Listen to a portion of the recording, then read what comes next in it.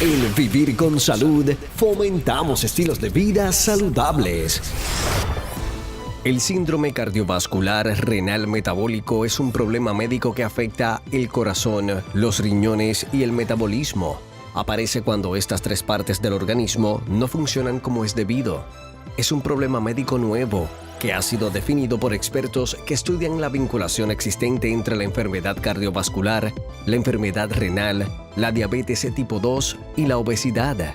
¿Qué relación hay entre la enfermedad renal y el síndrome cardiovascular renal metabólico? Conversamos con el Dr. Jorge de Jesús Miranda, endocrinólogo. Cuando de tu salud se trata, escoge a Vivir con Salud, con la periodista Luz Nereida Vélez. Somos tu nuevo estilo de vida. Bueno, muy buenos días y bienvenidos a Vivir con Salud. Hoy vamos a estar hablando de algo que es sumamente interesante porque en octubre del año pasado la Asociación Americana del Corazón definió el síndrome cardiovascular renal metabólico, lo que surge, ¿verdad? Una fuerte relación y solapamiento entre esta enfermedad del corazón, esa enfermedad de los riñones también, la diabetes mellitus y la obesidad que está rampante en el mundo entero. Me acompaña el doctor Jorge de Jesús Miranda, endocrinólogo. Buenos días, doctor, qué bueno tenerlo. Muy buenos días, gracias por la invitación. Háblame un poco de este síndrome cardiovascular renal metabólico. Sabíamos hace unos añitos atrás que había una relación, pero ahora sí está definido. Ciertamente, lo que habíamos estado mirando clínicamente hace años que comenzó con la obesidad intraabdominal, que es tóxica, con el síndrome metabólico, después vimos diabetes tipo 2, después vimos la relación entre diabetes tipo 2 y el paciente con enfermedad renal. El paciente con enfermedad renal que muere principalmente de enfermedad cardiovascular, eso prende la bombilla a ver qué está pasando en estos pacientes, porque tiene que haber algo en común dentro de la patofisiología de estos pacientes, y es la grasa intraabdominal.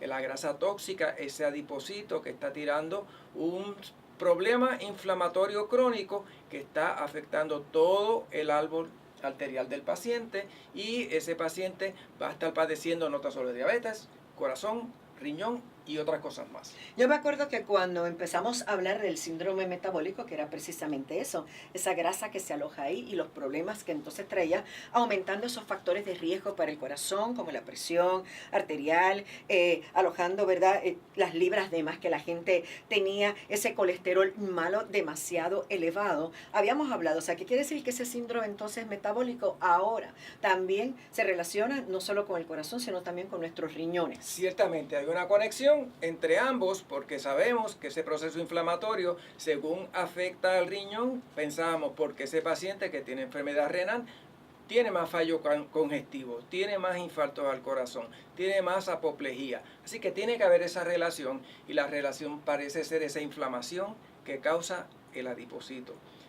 En adición, se ha determinado que peor les va a aquellos pacientes que tienen unas determinantes sociales de la salud, como por ejemplo la pobreza, la falta de educación, en los que cuando se unen todas estas cosas, a ellos les va peor. Y fíjate, pudimos aprender del doctor Burgos Calderón, que lleva años hablando de esta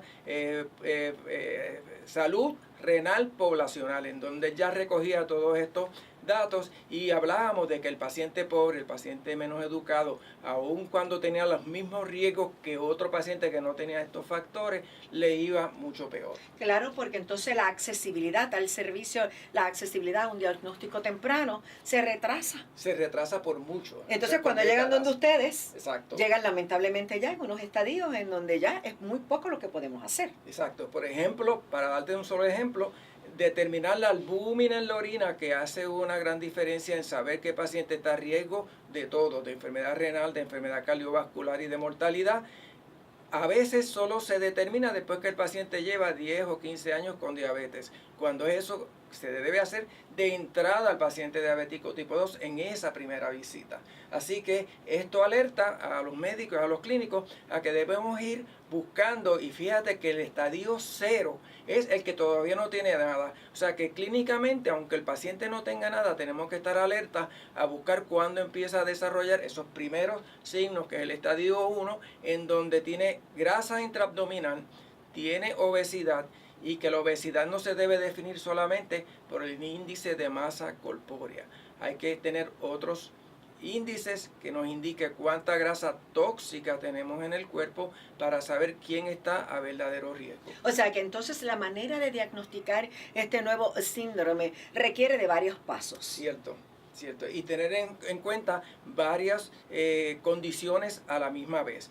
Que sabemos que la obesidad está relacionada con aumento en triglicéridos, alta presión, pues ya pasa de estadio 1 a estadio 2 porque ya tiene obesidad más triglicéridos, más alta presión, más diabetes. Que si el paciente ya sabemos que ese tiene enfermedad cardiovascular acelerada, pues ya ese pasa a un estadio 3 en donde también se puede ver enfermedad cardiovascular y renal. Y de ahí al estadio 4, porque si yo tengo diabetes, más enfermedad cardiovascular, más enfermedad renal, la mortalidad se triplica en ese paciente, ¿verdad? O sea que es una mortalidad en donde si era 7% para diabetes y era 11% para enfermedad cardiovascular, cuando unimos los dos, sube la mortalidad un 31%. Y que de hecho, doctor, ahora hay, ¿verdad?, maneras de que podemos estudiar si tenemos ese hígado graso, si tenemos el alojamiento, ¿verdad?, de esa grasa, como usted la llama, tóxica en ese abdomen. Hay yo me hice ese estudio, ¿verdad? Y uno tiene que agarrar algunos cables en las manos y uno se trepa en una maquinita en donde eso va detallando, inclusive hasta la medida de un músculo con el otro y ese tipo de cosas, a ver si tenemos, ¿verdad?, si estamos bien, pero determina esa grasa y de acuerdo a la edad y al peso de uno, y eso es bien importante si nos podemos hacer ese análisis para poder tener una idea. El problema de esto es que entonces, ya cuando uno es diabético, ya uno está a riesgo con esa diabetes tipo 2, a la larga, si no nos cuidamos y hacemos las cosas como se debe, de tener ya problemas en los riñones. Y en el corazón también. O sea, ya se sabe que ser diabético es equivalente a tener enfermedad cardiovascular.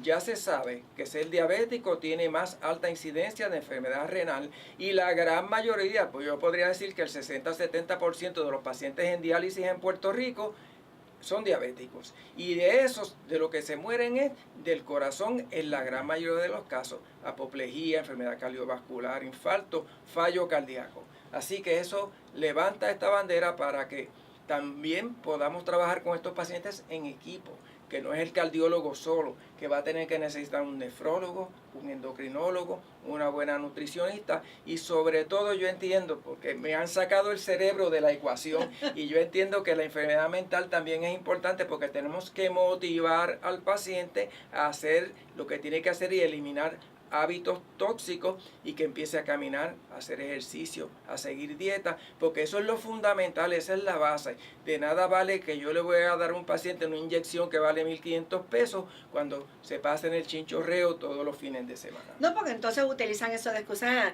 estoy bajando de peso, o sea que ahora yo puedo comer lo que me dé la gana. Y a veces también, doctor, lamentablemente y mentalmente podemos vivir distorsionados, podemos estarnos viendo de una manera en el espejo que no es la realidad.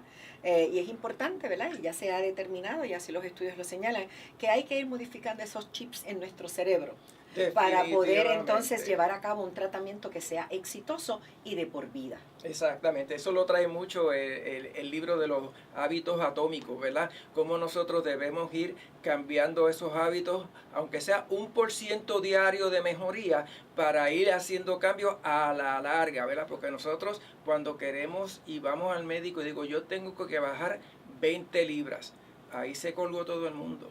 Yo tengo que bajar 1 libra a la vez, pero siempre seguirla bajando. Y así podemos llegar a las metas que queremos a la larga. Y después mantenerlo, porque entonces el otro proceso es cómo mantengo ese peso saludable. Que a veces la gente piensa que es tener un cuerpo curvilíneo, una cintura pequeña, ¿no? Aquí estamos hablando de salud. Es el peso que yo necesito para mi edad, mi constitución ósea, porque algunos somos con una constitución ósea mucho más pequeña, otros más grandes, otros medianas, pero que sea saludable para mí, que sea un peso que me ayude a mí a mantener mis órganos y funcionamiento de la mejor manera. Definitivamente, es que hay mucha distorsión en las apreciaciones que nosotros tenemos. A veces, por ejemplo, yo puedo decir, mira, voy a empezar a nadar para desarrollar el cuerpo de los nadadores, que es un cuerpo precioso. Pero es que él necesita ese cuerpo porque genéticamente está predispuesto a ese cuerpo, no el mío. O sea, que yo voy a nadar para estar mejor de salud, pero no para verme como un nadador atlético, ¿verdad? O sea que realmente esas distorsiones hay que irlas modificando para que nosotros vivamos en la realidad, en el aquí y en el ahora. ¿Hay algunas señales de advertencia iniciales que las personas puedan ir notando que pueden tener este síndrome? Sí, la principal es obesidad. Esa obesidad central en donde en la mujer 35 pulgadas en la cintura a nivel del ombligo, en el hombre 40 pulgadas a nivel del ombligo, masa corporal ósea de más de 30, que ya es obesidad, 25 en adelante es sobrepeso, que ya debemos ir mirando a esos pacientes, y aquellos que tengan factores de riesgo de historial familiar. Estas mujeres que han tenido niños de más de 9 libras, que son prediabéticas, y así por el estilo, hábitos como fumar.